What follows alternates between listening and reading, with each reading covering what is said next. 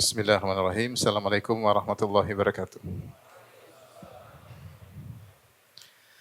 Alhamdulillahi ala ihsani wa syukru lahu ala taufiqihi wa amtinani wa asyhadu an la ilaha illallah wahdahu la syarika lahu ta'ziman li sya'ni wa asyhadu anna Muhammadan abduhu wa rasuluhu da'ila ridwani. Allahumma salli alaihi wa ala alihi wa ashabihi wa ikhwani. Hadirin hadirat yang dirahmati oleh Allah Subhanahu wa taala. Tidak terasa sebentar lagi insyaallah semoga Allah mudahkan kita untuk bisa menyongsong Syahrul Quran, bulan Al-Quran di bulan Ramadan dengan banyak bertilawah Al-Quran, mentadabburinya karena bulan tersebut adalah bulan yang dikhususkan untuk membaca Al-Quran. Oleh karenanya Jibril alaihissalam setiap bulan Ramadan datang kemudian Nabi SAW murajaah Quran dengan Jibril alaihissalam pada bulan Ramadan. Dan di Ramadan terakhir sebelum Rasulullah SAW meninggal, sampai Jibril datang 2 kali, yaitu menghatamkan bersama Nabi 2 kali, ya, sebagai pertanda bahwasanya Nabi SAW akan meninggal dunia. Dan demikianlah diikuti oleh para ulama.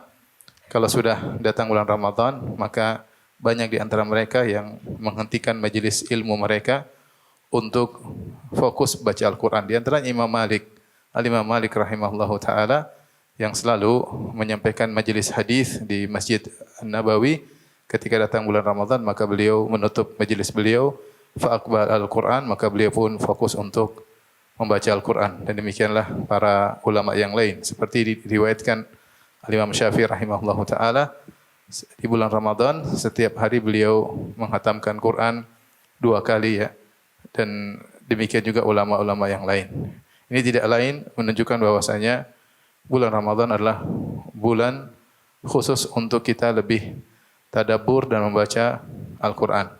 Oleh karenanya, pada kesempatan kali ini kita akan membahas tentang keagungan Al-Quran agar kita lebih semangat untuk membaca Al-Quran dan mentadabburi ayat-ayatnya, ya. Sungguhnya tidak semua orang bersemangat untuk membaca Al-Quran. Bahkan Allah berfirman, wa qala ar-rasulu ya rabbi inna qaumi ittakhadhu hadzal qur'ana mahjura.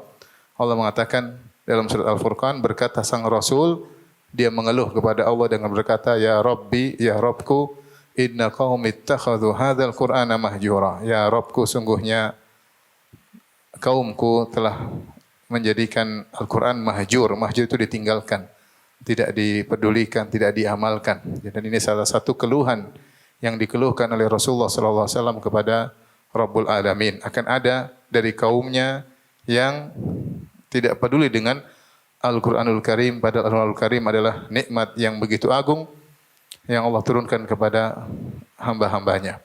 Oleh karenanya ketika Allah berfirman dalam surat Ar-Rahman, Ar-Rahman 'allamal Qur'an, khalaqal insan 'allamahul bayan. Allah berfirman Ar-Rahman. Ar-Rahman artinya yang maha penyayang, yang maha rahmat. Kemudian setelah itu Allah sebutkan konsekuensi kasih sayang Allah kepada hamba-hambanya. Allah memberikan nikmat-nikmat. Di antara nikmat pertama sebagai konsekuensi kasih sayang Allah kepada hamba-hambanya, Allah berkata Ar-Rahman 'allamal Qur'an. Allah mengajarkan apa? Al-Quran. Jadi Al-Quran adalah konsekuensi pertama dari kasih sayang Allah kepada hamba-hambanya. Demikian juga ketika Allah menyebutkan dalam surat An-Nahl yang disebut oleh para ulama dengan surat An-Ni'am, surat nikmat-nikmat. Kenapa disebut dengan surat nikmat-nikmat? Itu surat ke-16 karena di awal ayat Allah menyebutkan nikmat-nikmat Allah. Ata amrullah fala tasta'jiluh subhanahu wa ta'ala amma yusyrikun yunazzilul malaikata birruhi min amri ala may yasha'u min ibadihi an anziru annahu la ilaha illa ana fattaqun khalaqas samawati wal arda bil haqq ta'ala amma yusyrikun khalaqal insana. Allah sebutkan nikmat-nikmat Allah sampai di akhirat kata Allah, wa in ta'uddu ni'matallahi la tuhsuha innallaha laghafurur rahim. Kalau seandainya kalian menghitung nikmat-nikmat Allah, maka kalian tidak akan bisa menghitungnya. Sungguhnya Allah Subhanahu wa taala Maha Pengampun lagi Maha Penyayang. Nah, rentetan nikmat-nikmat tersebut yang Allah sebutkan di awal surat An-Nahl. Nikmat yang pertama kata Allah, yunazzilul malaikata birruhi min amrihi ala may yasha'u min ibadihi. Allah turunkan malaikat untuk membawa ar-ruh, yaitu Al-Quran kepada hambanya, ya. Yaitu di antara nikmat yang paling besar yang Allah berikan kepada hamba-hambanya adalah nikmat apa? Al-Quran. Ini harus kita benar-benar renungkan bahwasanya Al-Quran adalah nikmat yang Allah turunkan bagi kita. Maka siapa yang semakin dekat dengan Al-Quran, maka dia akan semakin bahagia. Dia akan semakin tenteram ya. Karena Al-Quran adalah kitab kebahagiaan. Kata Allah Subhanahu wa taala, "Taha ma anzalna 'alaikal Qur'ana litashqa." Wahai Muhammad, kami tidak turunkan Al-Quran ini agar engkau sengsara, tetapi litas'ad, agar kau bahagia. Semakin orang dekat dengan Al-Quran, dia akan semakin bahagia. Allah Subhanahu wa taala berfirman, "Wa nunazzilu minal Qur'ani ma huwa shifaa'u wa rahmatul lil mu'minin." Kami turunkan Al-Quran yang merupakan obat bagi kaum mukmin dan rahmat. Adalah rahmat Allah bagi kaum mukminin. Allah berfirman, "Inna hadzal Qur'ana yahdi lillati hiya aqwam." Sungguhnya Al-Quran ini kami turunkan yahdi Al-Quran, inna hadzal Qur'ana yahdi lillati hiya aqwam, memberi petunjuk kepada jalan yang terbaik. Allah tidak mengatakan ini Quran kami turunkan kepada jalan yang baik, tapi Allah mengatakan yahdi lillati hiya aqwam. Al-Quran menunjukkan kepada jalan yang terbaik. Oleh karenanya siapa yang ingin mendapat petunjuk yang terbaik dalam segala hal, maka pelajarilah apa? Al-Quran. Dalam kehidupan rumah tangganya, dalam ekonominya, dalam bertetangga, dalam berinteraksi dengan orang tua, dalam berinteraksi dengan lika-liku kehidupan. Petunjuk yang terbaik dalam Al-Quran. Allah yang mengatakan, "Inna hadzal Qur'ana yahdi lillati hiya aqwam." Al-Quran beri petunjuk kepada yang terbaik. Namun masalahnya, orang-orang meninggalkan Al-Quran. Mereka mencari solusi dari jalan-jalan selain Al-Quranul Karim, sehingga mereka tidak mendapatkan jalan yang terbaik. Ikhwan dan akhwat yang dirahmati Allah Subhanahu wa taala, maka pada kesempatan kali ini kita akan bahas tentang keagungan Al-Quran, ya, tentang azamatul Quran, dahsyatnya Al-Quran. Tentunya di antara hal yang menunjukkan Al-Quran adalah sangat dahsyat, sangat agung, Al-Quran adalah kalamullah. Dia adalah firman apa? Allah, ya. Tentu tidak sama antara perkataan orang biasa dengan perkataan penguasa, misalnya tidak sama perkataan orang yang tidak terpelajar dengan orang yang terpelajar, ya. Ketika kita membaca suatu tulisan, kemudian tulisan tersebut itu oleh seorang yang terpelajar, yang memiliki ilmu yang tinggi, kita akan tahu sentuhannya berbeda, susunannya berbeda. Tidak sama dengan mungkin orang di jalan yang berbicara ketika membuat rangkaian tulisan.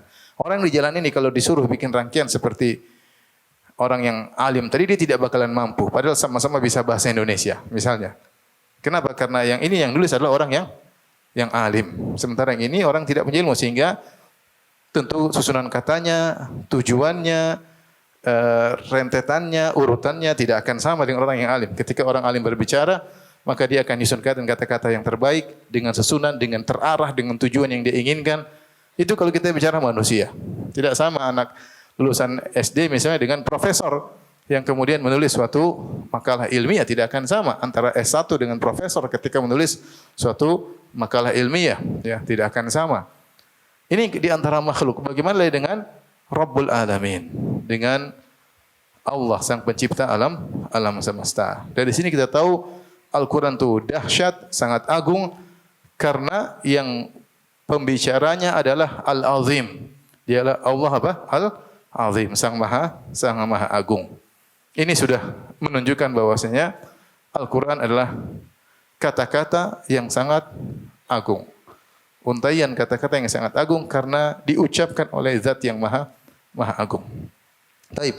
Di antara hal yang menunjukkan akan dahsyatnya atau agungnya Al-Quran, Allah Subhanahu wa taala nampak keagungannya dengan al-ayat al-kauniyah dan al-ayat asy-syar'iyyah.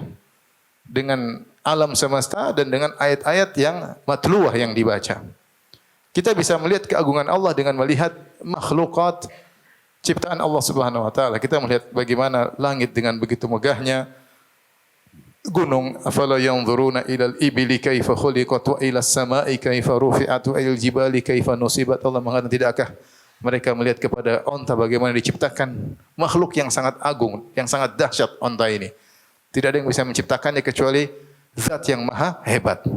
Dan tidakkah engkau mereka melihat kepada langit bagaimana ditinggikan tanpa tiang, ya, kemudian dengan begitu luas, tidak ada Hal taro min futur, tidak ada robeknya sedikit pun. Tidak rata, semuanya rata. Kemudian padahal isinya sangat berat, ada benda-benda langit, matahari, rembulan, bintang-bintang, luar biasa.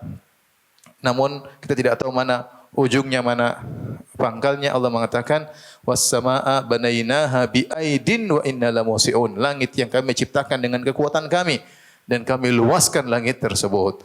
Dengan melihat langit, kita sudah tahu bagaimana Sang Pencipta. Begitu apa? Hebatnya dan luar biasa. Kata Allah Subhanahu wa taala, "Wa fi anfusikum afala tubsirun." Dan pada diri kalian, tidak kalian mengamati, lihat diri kalian bagaimana organ-organ tubuh yang luar biasa. Artinya Allah meletakkan makhluknya yang luar biasa yang menunjukkan tentang agungnya Allah Subhanahu wa taala. Ya. Wa fi kulli syai'in lahu ayah tadullu ala annallaha wahid. Ya. Semua ciptaan Allah Subhanahu wa taala ada tanda-tanda yang menunjukkan Allah adalah Maha Esa. Nah, ini di antara cara Allah menunjukkan keagungannya dengan menunjukkan hebatnya ciptaan Allah Subhanahu wa taala. Manusia saja kalau antum tanya para dokter, mereka heran dengan bagaimana ciptaan Allah tentang manusia ya. Tentang organ pernapasan, peredaran darah, ginjal, bagaimana cara kerjanya, jantung, luar biasa semuanya ya. Luar biasa. Dokter lebih tahu dengan mata, bagaimana saraf-sarafnya, bagaimana bisa, kalau ada saraf satu yang putus, pandangan sudah tidak jelas. Ada kabel yang putus satu, sudah ada rabun salah, ada salah sedikit. Tapi ini luar biasa ya. Ini menunjukkan tentang hebatnya Allah Subhanahu wa taala. Nah, di antara cara Allah menunjukkan keagungannya dengan al-ayat asy-syar'iyyah, dengan Al-Qur'an. Allah tunjukkan kehebatan Allah dengan apa? Al-Qur'an. Maka Al-Qur'an pasti dahsyat, Al-Qur'an pasti agung. Karena Al-Qur'an itu sebagai bukti Muhammad adalah utusan apa? Allah. Bahkan Allah menantang mereka untuk mendatangkan Al-Qur'an. Allah tantang mereka dengan mendatangkan semisal Al-Quran. Kata Allah Subhanahu wa taala, "Qul la in ijtama'atil insu wal jinnu ala an ya'tu bimithli hadzal Qur'an la ya'tuna bimithlihi walau kana ba'dhum li ba'dhin dhahira." Kata Allah Subhanahu wa taala, katakanlah jika seluruh jin dan manusia bersatu padu untuk mendatangkan semisal Al-Quran, mereka tidak bakalan mampu. Walau kana ba'dhum li ba'dhin dhahira, meskipun mereka bahu-membahu untuk bisa mendatangkan semisal Al-Quran, seluruh manusia jin tidak akan mampu. Ini tantangan. Jadi Allah tunjukkan kehebatannya dengan Al-Quran, firman-firmannya. Nah, coba datangkan semisal Al-Quran. Mereka tidak mampu. Maka Allah tantang dengan Allah suruh mendatangkan 10 surat. Am yaquluna iftarah qul fa'tu bi asyri suwarin mithlihi muftarayatin wad'u man istata'tum min dunillahi in kuntum shadiqin. Apakah mereka mengatakan Muhammad yang buat Al-Quran? Mereka nuduh Muhammad buat Al-Quran. Kalau memang Muhammad bikin, kamu juga bisa bikin dong, kata Allah.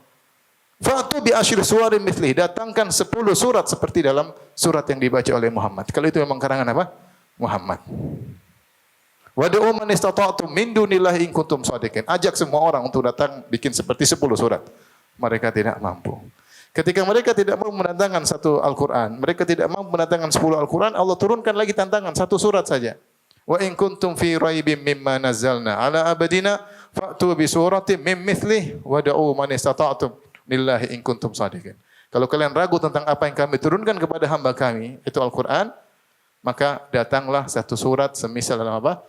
Al-Quran. Mereka tidak bakalan mampu. Maka secara logika sudah pasti Al-Quran adalah dahsyat karena Allah menunjukkan keagungannya dari ayat-ayat al-matluwah. Jadi tanda-tanda keagungan Allah ada 2. Ada ayat-ayat al-kauniyah yang kita lihat ya, alam semesta, makhluk, dan ada ayat-ayat syar'iyah yang juga menunjukkan keagungan apa?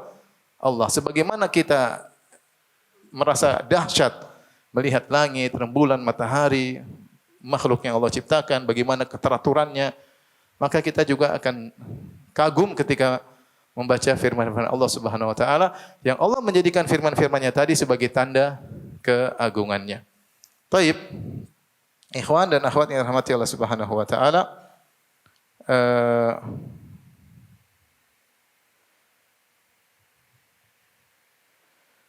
begitu agungnya Al-Quran sampai Allah Subhanahu wa taala menjadikan semua yang terkait dengan Al-Quran pun menjadi ikut agung. Semua yang terkait dengan Al-Quran semua juga menjadi agung ya.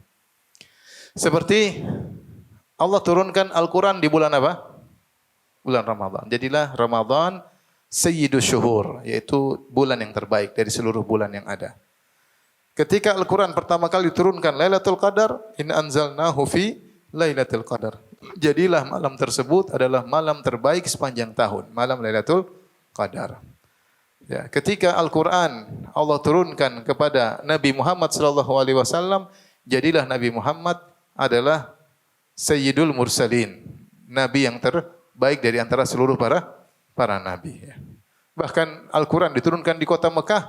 Mekah adalah kota yang terbaik. Innaki la ahabbu ardillah ilallah.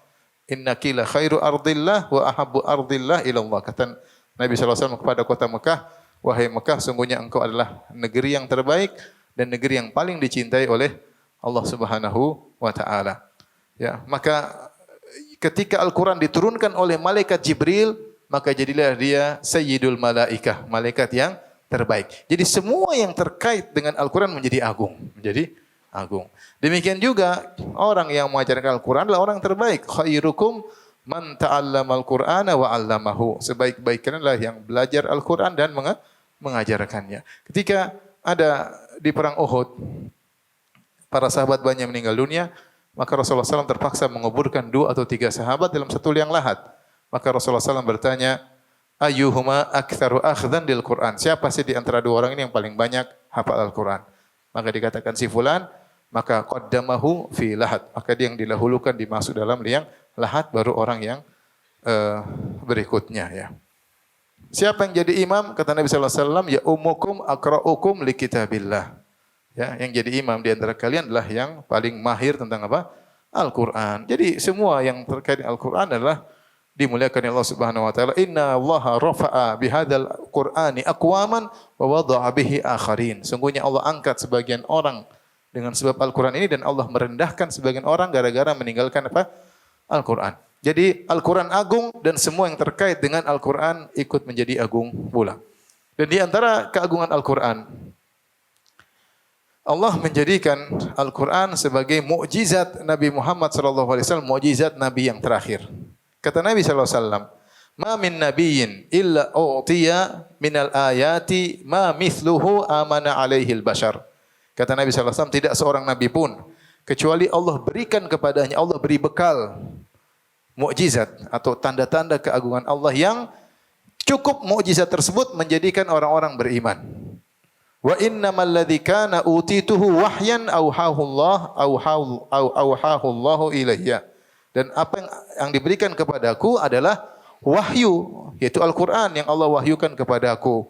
Wa arju an akuna aktsara tabi'an, ya, dan aku berharap aku adalah nabi yang paling banyak pengikutnya yaumal qiyamah, pada hari kiamat. Ana aktsarahum tabi'an yaumal qiyamah. Aku berharap aku adalah nabi yang paling banyak pengikutnya pada hari kiamat kelak. Perhatikan di sini. Mukjizat-mukjizat yang Allah berikan kepada para nabi terkait dengan perkara-perkara yang sedang viral pada zaman tersebut, ya. Yang mereka, artinya kaum nabi-nabi tersebut telah mencapai kemajuan yang luar biasa. Maka Allah berikan mukjizat yang mengalahkan itu semua. Ketika di zaman Nabi Isa alaihissalam lagi viral tentang pengobatan, banyak orang hebat dalam mengobati penyakit-penyakit, maka Allah berikan kepada Nabi Isa, ya, bukan pengobatan tapi menyembuhkan langsung yang tidak mungkin mereka, para ahli, para tabib di zaman tersebut bisa menyembuhkan, yaitu penyakit buta. Enggak ada yang bisa menyembuhkan penyakit buta. Nabi Isa bisa menyembuhkan orang buta. Mereka juga tidak bisa menyembuhkan ketika itu penyakit sopak. Nabi Isa bisa menyembuhkan penyakit apa? Sopak. Bahkan orang yang meninggal bisa hidup kembali dengan doanya Nabi Isa alaihissalam. Jadi ini mukjizat karena ketika itu lagi viral pengobatan, Allah berikan kepada Nabi Isa bukan pengobatan tapi memang langsung apa? Sembuh, ya. Karena tidak dikasih pil 3 kali sehari, enggak. Nabi Isa cuma sentuh langsung apa? Sembuh. Inilah mukjizat yang mengalahkan pengobatan yang ada ketika itu. Di zaman Nabi Musa alaihissalam sebelumnya, yang lagi viral adalah masalah sihir. Orang-orang berbangga-bangga dengan sihir. Sampai ada ribuan ahli sihir di zaman Nabi Musa alaihissalam. Maka Allah berikan mukjizat bukan sihir. semisal sihir tapi bukan sihir karena tidak pakai setan, tidak pakai sihir. Maka Nabi Musa melemparkan tongkatnya, tongkatnya langsung menjadi ular yang sungguh nyata, bukan ular-ularan, bukan halusinasi, bukan tipuan mata, tapi benar ular dari zat kayu, tongkat berubah menjadi zat hewan, ular beneran kemudian memakan ular-ular buatan-buatan tersebut. Sehingga akhirnya para penyihir tersebut pun beriman kepada Allah Subhanahu wa taala karena mereka yang lebih tahu ini bukan sihir ya. Yang tahu penyihir adalah penyihir juga ya. Mereka tahu ini bukan penyihir. Karena penyihir bukan begini. Makanya mereka beriman kepada Nabi Musa, beriman kepada Allah Subhanahu wa taala. Aman Nabi Rabbil Alamin, Rabbi Musa wa Harun. Ya, kami beriman kepada Allah, Rabbnya Musa dan Rabbnya Harun. Demikian juga misalnya di zaman Nabi Yusuf alaihissalam, ketika itu sedang viral tentang menafsirkan mimpi. Banyak orang jago menafsirkan mimpi, tapi mereka kadang tafsirkan tidak 100% benar dan kadang benar, kadang salah. Ya, tetapi Allah memberikan kepada Nabi Yusuf alaihissalam ilmu menafsirkan mimpi yang benar 100%, tidak ada salahnya sama sekali. Setiap yang dia tafsirkan 100% apa? Benar. Ini antara mukjizat Nabi Yusuf alaihissalam sehingga ketika sang raja bermimpi, Al-Malik bermimpi, semua anak buahnya enggak ada yang tidak bisa menafsirkan. Yang bisa menafsirkan cuma siapa? Nabi Yusuf alaihissalam. Nah, di zaman Nabi Muhammad sallallahu alaihi wasallam yang lagi viral adalah syair, balaghah, fasahah. Mereka berlomba-lomba menulis syair mereka. Jadi syair di zaman Nabi Muhammad sallallahu alaihi wasallam itu media sosial untuk memuji, untuk menghujat ya, untuk saling menyerang, jadi mereka siapa yang jago syair dia yang hebat. Dia yang hebat ya. Maka Allah Subhanahu wa taala berikan kepada Nabi Muhammad sallallahu alaihi wasallam yang bukan syair. Kalau kita lihat susunan Al-Quran bukan syair. Kata Allah Subhanahu wa taala, "Wa ma 'allamnahu syi'ra wa ma yanbaghi lah." Kami tidak pernah mengajarkan Muhammad syair dan tidak pantas bagi dia untuk bersyair. Allah Ta'ala Al-Quran yang lebih menakjubkan dari syair. Susunannya menakjubkan, aneh. Kata Ibnu Atiyah dalam dinukil oleh Suyuti, susunan Al-Quran aneh. Dia bukan syair, ini bukan nathar. Bukan prosa tulisan seperti novel, bukan. Dan juga bukan syair, tapi dibaca menakjubkan. Aturan baru yang tidak dikenal oleh orang-orang ketika itu sehingga Al-Quran datang dengan susunan yang sangat menakjubkan ya. Yang susunan tersebut dijadikan dalil oleh Allah bahwasanya Muhammad adalah utusan Allah. Kalau gitu datangkanlah Al-Quran. Semisal ini, kalian kan jago bahasa Arab, kalian fusaha, kalian fasih, kalian jago balaghah. Datangkan semisal Al-Quran dan ternyata tidak ada yang bisa mendatangkan semisal Al-Quran. Nah, mukjizat Al-Quran ini berbeda, subhanallah, berbeda dengan mukjizat nabi-nabi sebelumnya. Mukjizat nabi-nabi sebelumnya hanya bisa dilihat oleh orang yang hadir ketika itu. Yang bisa lihat Nabi Isa menyembuhkan orang buta, menghidupkan orang mati siapa? Kita bisa lihat? Enggak bisa, belum ada yang YouTube-kan ketika itu. Belum ada yang shooting ketika itu. Nabi Musa alaihissalam tongkatnya jadi ular. Siapa yang lihat? Kita enggak bisa lihat. Yang lihat ketika di situ. Yang lihat Nabi Musa alaihissalam pukul tongkatnya kemudian laut terbelah, yang bisa lihat yang hadir ketika itu. Tidak ada. Nabi Yusuf ya semuanya. Ontanya Nabi Saleh yang lihat orang-orang ketika itu. Tapi mukjizat Al-Quran bisa dilihat sampai hari kiamat. Jadi Allah Subhanahu wa taala dengan hikmahnya memilihkan mukjizat bagi Nabi yang terakhir dengan mukjizat yang khalidah, yang abadi. Yang bisa dilihat oleh siapa saja dari masa ke masa. Ya.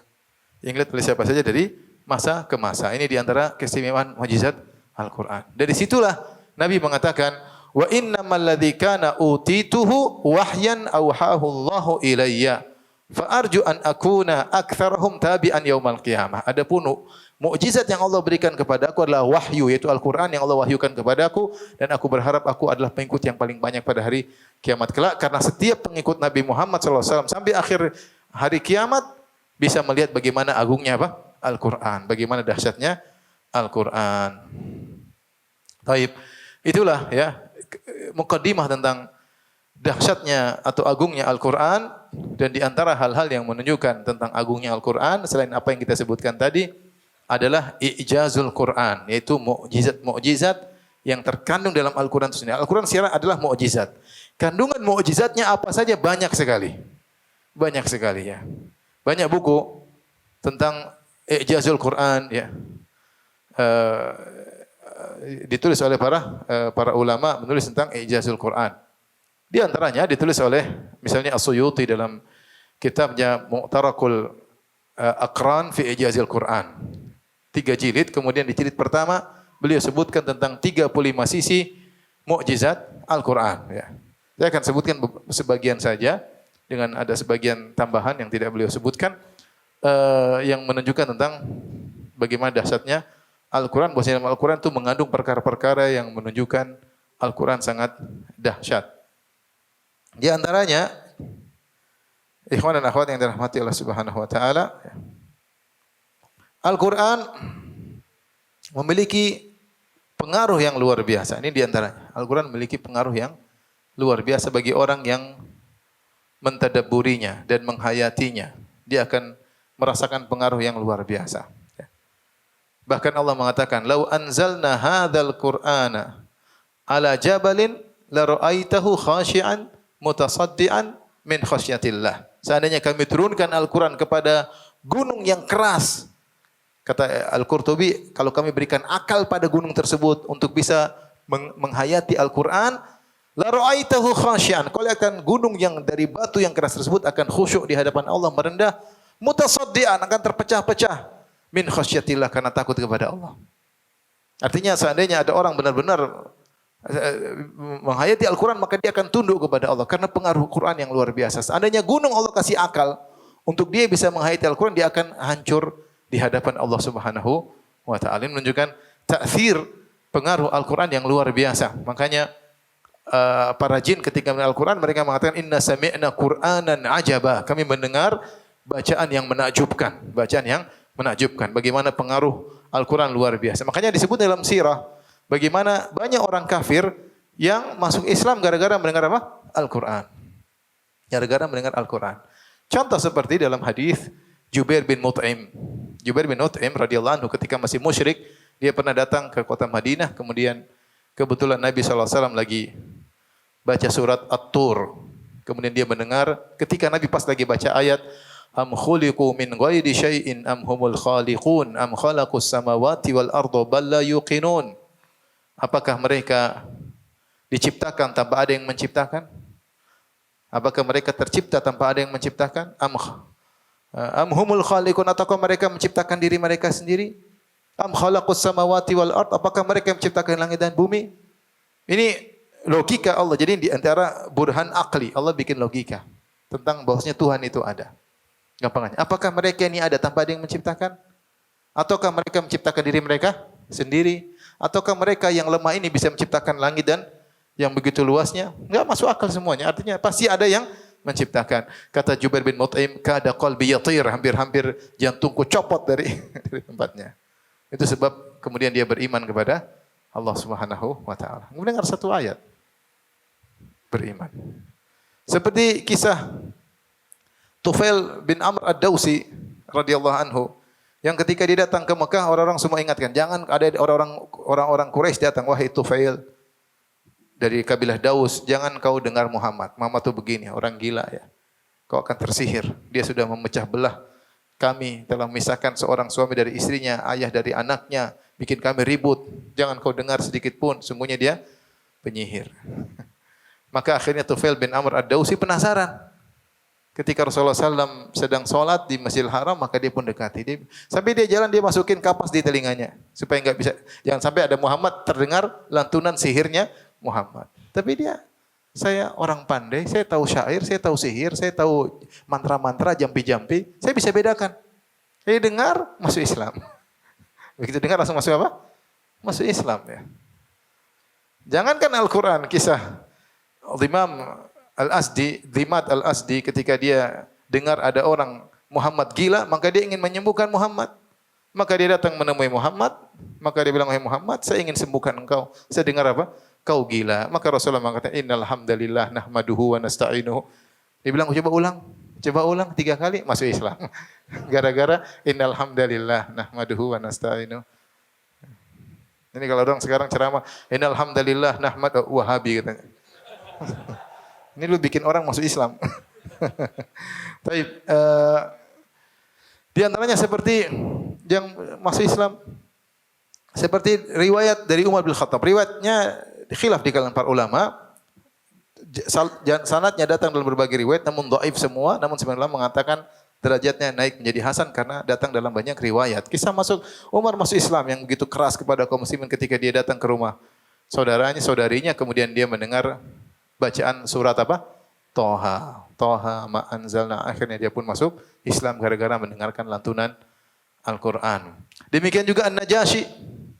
Ketika An-Najasyi diprovokasi oleh Amr bin Al-As radhiyallahu anhu ketika itu masih kafir, mengatakan ini mereka pengikut Muhammad itu begini.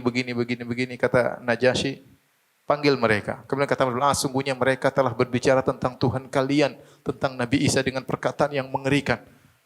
Coba suruh tanya mereka tentang keyakinan mereka tentang Nabi Isa, tentang Isa. Jadi provokasi yang tepat ya. Orang paling mudah terprovokasi kalau akidahnya dikorek-korek ya. Jadi kata Amr bin Al-As, wahai ayuhal malik, wahai sang raja, sungguhnya ini kaum mereka berkata tentang Isa perkataan yang buruk. Akhirnya dipanggillah Ja'far bin Abi Thalib, kemudian Ja'far bin Abi Thalib kemudian disuruh baca apa yang didatangkan kepada Nabi Muhammad SAW, maka dia pun baca kisah Nabi Isa dalam surat Maryam. Ya. Kafah ya ain sadik rahmati rabbika abdahu Zakariya. Terus dia baca terus sampai tentang kisah Maryam hamil, kemudian melahirkan Nabi Isa, sampai Nabi Isa berbicara, sampai subhanallah.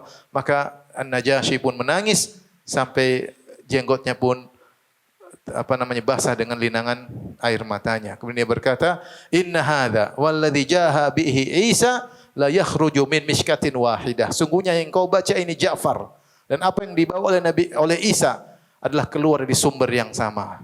Datang dari sumber yang apa? Yang sama. Dan kemudian dia masuk Islam. Gara-gara itu dia masuk Islam, namun Raja Najasyi menyembunyikan Islamnya. Sehingga orang-orang tidak tahu, dan ketika dia wafat, maka Rasulullah SAW pun sholat gaib. Karena tidak ada yang menyolatkannya ketika dia di sana, karena dia menyembunyikan apa? Islamnya. Tapi dia masuk Islam gara-gara apa? Gara-gara dengar Al-Quran. Ya. Demikian juga jangankan bahkan orang-orang kafir pun terpengaruh dengan Al-Quran. Datang dalam riwayat, ya, 3 orang pembesar orang kafir Quraisy, kalau tidak salah Abu Sufyan, Abu Jahal, dan Al-Akhnas kalau tidak salah, 3 orang. Mereka sebelum subuh mereka datang ke rumah Nabi untuk dengar bacaan apa? Al-Quran Nabi SAW. Rasulullah salat malam, mereka dengar. Akhirnya ketika mereka pulang, ketika sudah terbit, sudah agak terang, mereka saling ketahuan, loh, kamu dari mana? Ternyata sama-sama dengar apa? Bacaan Rasulullah SAW. Kata mereka, besok kita jangan dengar lagi, enggak boleh. Akhirnya besok ternyata mereka, setiap orang menyangka yang lain tidak datang. Ternyata sama-sama dengar. Sampai 3 hari. Ya. Ketika ditanya kepada Abu Jahal, kenapa engkau tidak beriman kepada Muhammad? Ternyata dia hasad. Dia mengatakan kami dari Bani Makhzum dan Muhammad dari Bani Hashim. Kami selalu bersaing. Kami beri makan, mereka beri makan. Kami mulia, mereka juga mulia. Sampai kami sudah bersaing antara kami dengan mereka. Tiba-tiba di antara mereka ada yang ngaku sebagai nabi. Kami enggak mungkin ngaku juga sebagai nabi. Jadi kalau kami mau sama-sama bersaing, kami juga akan ngaku sebagai apa? Nabi. Tapi enggak mungkin. Kalau begitu caranya supaya persaingan tetap seimbang, kita tidak beriman sama nabi tersebut. Karena kalau kami beriman kepada nabi tersebut, maka kami jatuh. Kan hasad. Kami 2 kabilah yang saling bersaing. Selalu kami sama mereka mulia, kami mulia, mereka beri makan, kami beri makan, mereka melayani jemaah haji, kami melayani jemaah haji. Tiba-tiba mereka ngaku sebagai nabi. Wah, repot. Gimana caranya? Masa kami ngaku juga? Ya enggak, ya udah ini kami enggak mau beriman sama ini. Abu Jahal tidak beriman gara-gara apa? Sombong. Di antaranya dalam riwayat yang sahih ketika Nabi SAW baca surat An-Najm. Surat An-Najm sampai afa bihadzal hadithi antum mudhinun. Bukan kata Allah Subhanahu wa taala, di akhir ayat ya. Wa tathakuna wa la tabkunu antum samidun fasjudillahi wa'budu. Kemudian Rasulullah ketika membaca akhir surat An-Najm, Rasulullah SAW sujud. Ternyata orang musyrik juga ikut apa? sujud. Mereka terbawa. Mereka dengar Rasulullah baca surat An-Najm dari awal. Ketika sampai di akhir surat, afa bihadzal hadithi apa? Apa? Wa tadhakuna wala tabkun wa antum samidun fasjudillahi wa'buduh. Sujudlah maka mereka juga ikut sujud. Artinya mereka terpengaruh dengan ayat-ayat yang dibaca oleh Nabi sallallahu alaihi wasallam meskipun akhirnya mereka mengingkari. Bahkan para jin juga terpengaruh dengan Al-Qur'an, ya.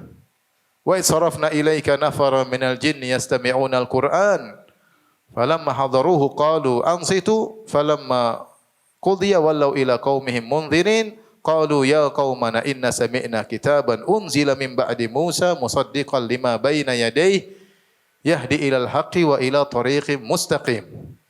Ketika sekelompok jin mendengarkan ayat-ayat yang dibaca oleh Nabi sallallahu alaihi wasallam dalam salat malam Nabi sallallahu alaihi wasallam, mereka bilang, diam, dengar.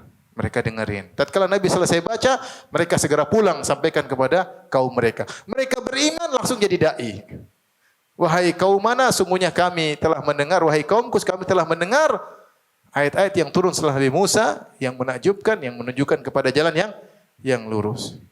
Ya qaumana ajibu da'i Allah wa aminu bih. Wahai kaumku, penuhilah seruan Nabi Muhammad SAW dan berimanlah kepadanya. Ya. Qul uhiya ilayya annahu istama'a nafarun minal jinni faqalu inna sami'na qur'anan ajaba. Kata Allah Subhanahu wa taala, Nabi berkata telah diwahyukan kepadaku sungguhnya sekelompok jin mendengarkan ayat-ayat Allah Subhanahu wa taala. Mereka berkata inna sami'na qur'anan ajaba.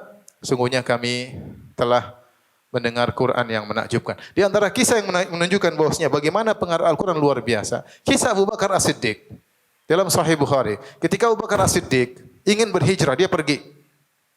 Sudah tidak bisa beribadah dengan tenang, dia ingin meninggalkan kota Mekah. Kemudian dia ketemu dengan salah seorang, kalau tidak salah seorang pemimpin kabilah Al-Qarah, ya. Kemudian Ibnu Dugunnah mengatakan seperti engkau tidak pantas untuk diusir dari kampungmu. Sudah pulang ke Mekah, saya akan jaminan bagimu. Ya sudah, akhirnya dia datang, dia orang musyrik, dia bilang seperti Abu Bakar saya jadi jaminan. Syaratnya apa? Dia hanya boleh beribadah di rumahnya, tidak boleh dakwah kemana-mana. Akhirnya Abu Bakar As-Siddiq pun nurut, maka dia pun tidak keluar rumah, dia sholat di rumah, tapi dia sholat di pelataran. Ke sholat pelataran dia sholat dengan suara keras, akhirnya ibu-ibu orang-orang kafir pada datang, anak-anak pada datang dengerin. Dengerin siapa? Abu Bakar baca Al-Quran. Sampai akhirnya orang-orang Quraisy pun bilang Abu Bakar jangan baca di luar, suruh masuk. Istri-istri kami pada ikut apa? Dengerin. Ini pengaruh luar biasa. Tapi ajan dulu. Taib, antum masih kuat enggak? Masih, insyaallah ya. Saya yang enggak kuat. Taib, kita lanjutkan. Di antara sisi i'jaz, mukjizat dalam Al-Quran sendiri, di antaranya Allah Subhanahu wa taala menjamin untuk menjaga Al-Quran. Inna nahnu nazzalna dzikra wa inna lahu lahafizun. Kami yang menurunkan Al-Quran dan kami akan menjaga Al-Quran. Oleh karenanya Allah menyiapkan orang-orang yang mahir dalam menghafal Al-Quran, ya, sehingga Al-Quran terjaga, tidak mungkin dia di otak-atik, ya. Ya, wa innahu lakitabun aziz, ya. La ya'tihil batilu min baini yadayhi wala min khalfihi. Sungguhnya Al-Quran adalah kitab yang mulia, tidak ada kebatilan yang datang dari depan maupun dari belakangnya. Enggak mungkin di otak-atik, ditambah atau dikurangi, tidak mungkin mengalami distorsi. Padahal kita tahu dalam banyak zaman, dalam banyak masa, orang-orang non-muslim, orang kafir yang menguasai kaum muslimin. Namun meskipun mereka dalam kondisi tertindas, tetap saja Al-Quran apa? Terjaga. Tetap saja Al-Quran terjaga. Hal ini berbeda dengan kitab-kitab suci sebelumnya yang tidak terjamin keterjagaannya. Kenapa? Karena Allah menyerahkan penjagaan kitab suci sebelumnya kepada para ulama mereka, bimastuhfidhu min kitabillah, di mana mereka diperintahkan untuk menjaga kitabullah. Namun mereka tidak bisa menjaga. Mereka tidak bisa menjaga. Ini di antara dalil bahwasanya mukjizat Al-Quran terjaga dari 14 abad, ya. Tidak ada perubahan satu huruf pun, ya. Tidak ada bertambah, tidak ada berkurang. Berbeda dengan kitab-kitab suci yang lain, maka setiap dekade atau setiap 10 tahun, setiap penerjemahan ada perubahan-perubahan dengan tulisan yang berbeda-beda, ada pengurangan, ada perbedaan, dan tidak ada sanad yang jelas yang sampai kepada kitab-kitab suci tersebut. Tidak ada sanad yang sahih yang mereka bisa buktikan kesahihannya yang menukil misalnya Taurat, dan tidak ada sanad yang sahih yang sampai kepada Injilnya Nabi Isa alaihissalam, ya. Tidak ada, ya. Bahkan tidak ada nuskhah Injil yang dari bahasa bahasanya Nabi Isa alaihissalam. Tidak ada sama sekali, ya. Bahasa Syrianiyah tidak ada sama sekali, ya. Oleh karena tidak bisa dibuktikan, ya. Adapun Al-Qur'an terjaga. Ya, ini di antara mukjizat Al-Qur'an. Kemudian di antara mukjizat Al-Qur'an adalah mudah untuk menghafalkannya. Kata Allah Subhanahu wa taala, "Wa laqad yassarnal Qur'ana lidzikr." Sungguh kami mudahkan Al-Qur'an untuk dihafalkan. Oleh karenanya Al-Qur'an dihafal bahkan oleh anak-anak kecil. Di antara yang menakjubkan, orang hafal Al-Qur'an, dia masih kecil, masih di bawah, belum balik, dan dia tidak tahu bahasa Arab sama sekali. Kalau kita ajak ngomong bahasa Arab, dia tidak ngerti sama sekali. Tapi dia hafal 30 juz. Bahkan kita dapati sebagian orang-orang yang terganggu akalnya, artinya orang-orang autis, tapi bisa hafal apa? Al-Quran. Allah mudahkan untuk bisa hafal Al-Quran. Adapun ahlul kitab, ulama mereka aja nggak hafal. Jangankan orang gila, ulama mereka aja nggak hafal, nggak bisa. Kita ada orang yang nggak beres akalnya bisa hafal apa? Al-Quran. Apalagi yang cerdas, ya. Terbukti bahwasanya Al-Quran di antara mukjizat Al-Quran dihafalkan, dan bahkan anak kecil yang tidak tahu bahasa Arab sama sekali bisa menghafal Al-Quran. Di antara keajaiban Al-Quran, ya. Oleh karenanya saya sangat mendukung sebagian universitas kemudian membuka program siapa hafal Al-Quran bisa tanpa tes, ya. Ya, bisa tanpa tes. Ya, kalau mungkin mereka ingin bikin juga siapa yang hafal Bible bisa tanpa tes silakan, tapi mungkin nggak ada yang daftar, ya. Mungkin nggak ada yang daftar. Bahkan sebagian ulama kita lebih hafal Bible daripada ulama mereka. Ini menunjukkan bahwasanya di antara mukjizat Al-Quran adalah mudah untuk dihafalkan. Adapun Taurat, Injil tidak ada yang hafal. Makanya Allah mengatakan, "Qul fa'tu bit Taurati fatluha." Datangkan Taurat dan bacalah. Suruh baca karena mereka tidak hafal. Didatangkan lembaran baru mereka apa? Buka, mereka baca. Adapun Al-Quran tidak perlu datang hafal dari dada. Tidak perlu pakai mushaf pun orang bisa baca, melantunkan Al-Quran. Kalau mereka, para ulama mereka harus ada lembaran depan baru mereka apa? Baca. Ini di antara mukjizat Al-Quran. Di antara mukjizat Al-Quran, maksudnya Al-Quran tidak bosan orang membacanya. Kita baca buku apa saja. Kalau kita sudah baca sekali, senang. 2 kali udah bosan, 3 kali udah tahu ceritanya.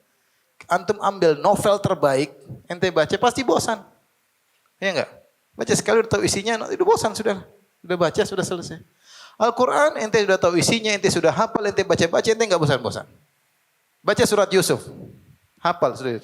Tidak baca 100 kali pun tidak bosan. Setiap ente baca ada saja Allah beri ilmu tafsir baru. Subhanallah, ada Allah buka ilmu sedikit, Allah buka ilmu sedikit. Kita baca buku tafsir, ada lagi yang kita belum tahu.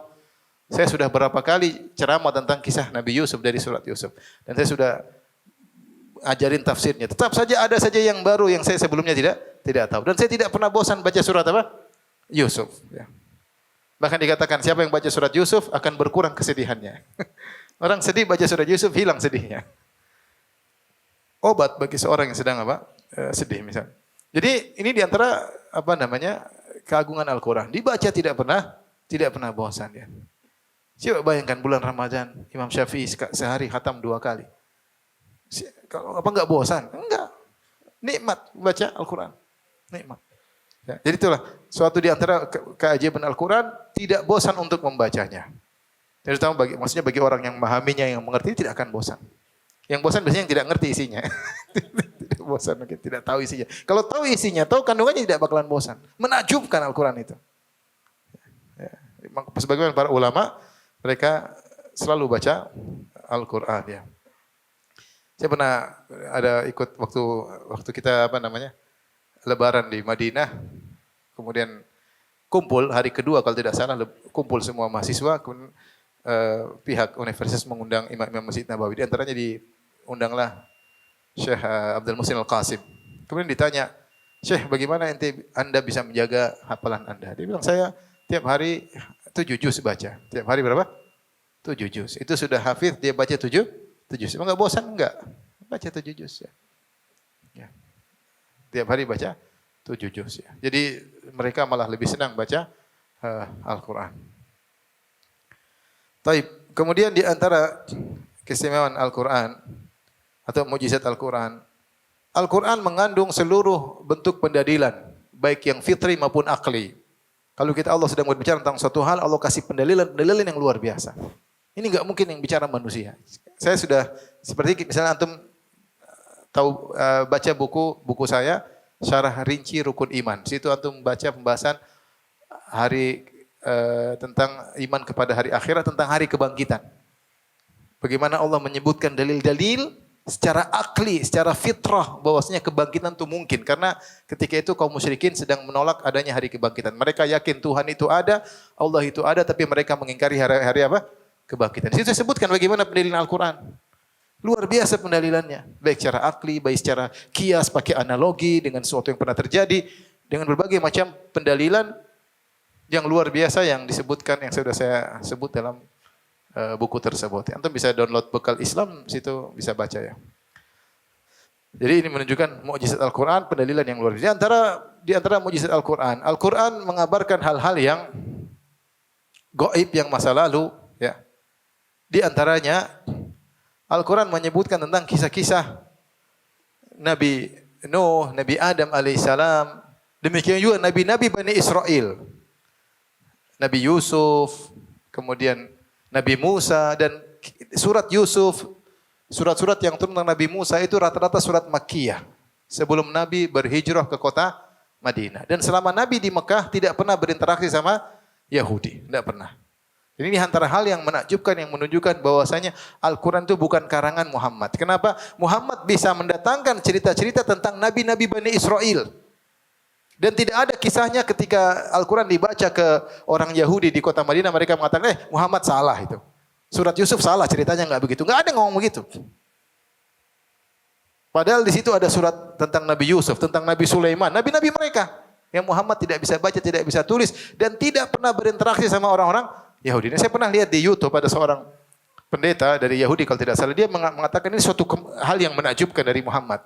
Dia tinggal di Mekah, dia tidak bisa baca, tidak bisa tulis, dan tidak pernah berinteraksi dengan orang Yahudi Nasrani. Tapi dia bisa bercerita tentang kisah-kisah Nabi-Nabi Bani Israel dengan detail yang terkadang tidak ada dalam Taurat dan Injil. Ini antara mukjizat. Kemudian juga di antaranya yang disebutkan oleh Tahir bin Ashur tentang bagaimana detailnya Al-Quran. Ketika Al-Quran menyebutkan tentang kisah Nabi Yusuf alaihissalam, Al-Quran mengatakan wa qala al-maliku, berkata sang raja. Al-Quran menggunakan kata al-malik, sang raja. Tetapi ketika Al-Quran berbicara tentang Nabi Musa, raja di zaman Nabi Musa, Al-Quran namakan dengan Fir'aun. Ini diteliti oleh Tahir bin Ashur. Kenapa? Padahal sama-sama di Mesir. Kenapa ketika di zaman Nabi Musa Allah menggunakan kata al-malik, sang raja, ketika di zaman Nabi Musa jauh setelah Nabi Yusuf. Ada yang mengatakan 200 tahun, ada yang mengatakan 400 tahun, ada yang mengatakan 100 tahun lebih. Ketika zaman Nabi Musa Allah menggunakan kata Fir'aun. Qala Fir'aun. Kali ini wa qala al-malik. Nabi Yusuf berkata sang raja. Adapun di Bible disebut juga Fir'aun. Di zaman Nabi Yusuf disebut apa? Fir'aun. Baik zaman Nabi Musa maupun Nabi Yusuf disebut apa? Fir'aun. Di Al-Quran dibedakan. Ternyata setelah diteliti, ternyata di zaman Nabi Yusuf yang menguasai Mesir bukan suku Akbat, bukan suku Fir'aun. Ada namanya suku Heksos. Suku Heksos tersebut penguasa mereka dipanggil raja. Adapun suku Akbat, penguasa mereka dipanggil dengan apa? Fir'aun. Jadi Al-Quran tidak salah dalam menyampaikan apa? Sejarah. Dia bedakan. Zaman Nabi Yusuf beda, penguasanya dari suku berbeda dengan yang di zaman penguasa di zaman Nabi Musa. Ini antara mukjizat. Nabi Muhammad mana tahu cerita itu dari mana? Kalau bukan Allah yang kasih tahu. Di antaranya Al-Quran juga berbicara tentang masa depan yang artinya tidak terbukti masa depan tersebut. Seperti Allah mengatakan tentang dalam surat Ar-Rum, "Gulibatir Rum fi adnal ardi wa hum min ba'di ghalabihim sayaghlibun fi bid'i sinin." Kata Allah, Romawi dikalahkan oleh Persia di tempat yang terdekat. Ada yang mengatakan yaitu di Yordan. Kemudian kata Allah, "Wa hum min ba'di ghalabihim sayaghlibun." Mereka kalah, nabi mereka akan menang. Romawi akan balik mengalahkan Persia. Fi bid'i sinin, dalam beberapa tahun, yaitu kurang dari 9 tahun. Ternyata benar, setelah 7 tahun berikutnya Romawi mengalahkan apa? Persia. Ini bicara tentang masa depan dan terjadi sesuai dengan apa? Kenyataan. Paham? Di antaranya Allah berfirman tentang Abu Lahab. Kata Allah tentang masa depan. Tabbat yada abi lahabi wa tabba. Ma aghna anhu maluhu wa ma kasaba. Sayasla naran zata lahab. Abu Lahab ini akan masuk apa? Neraka. Ini surat ini turun di awal-awal Islam. Ketika Nabi baru naik di Bukit Sofa, kemudian Nabi mengatakan, wahai kaumku, kalau aku kabarkan di balik gunung ini, ada orang-orang akan menyerang. Akuntum musaddiqiyya? Kalian akan benarkan aku, kata mereka, kami akan benarkan kau, Muhammad. Ma jarabna alaika kadhiba. Kami enggak pernah tahu engkau dosa sama sekalipun, enggak pernah sekalipun dusta. Bahkan mereka menjuluki Muhammad dengan Al-Amin. Kata Nabi, fa inni nadhirul lakum baina yadi adzabin syadid. Aku ingatkan kalian di depan kalian ada azab yang pedih. Maka Abu Lahab marah, dia mengatakan, ya Muhammad, ali hadza jama'tada taballaka sa'iral yaum. Celaka engkau Muhammad. Cuma gara-gara ini kau kumpulkan kami, celaka engkau sepanjang hari. Maka turun firman Allah, tabbat yada abi lahabi wa tabba. Celaka kedua tangan siapa? Abu Lahab. Dia akan masuk neraka dengan api yang menyala-nyala. Berarti Allah mengabarkan Abu Lahab akan masuk apa? Neraka. Berarti sampai masa depan Abu Lahab akan mati dalam kondisi kafir atau tidak? Seandainya Abu Lahab masuk Islam, Quran batal sudah. Paham? Tapi Abu Lahab tidak masuk Islam dan tidak pernah pura-pura masuk Islam.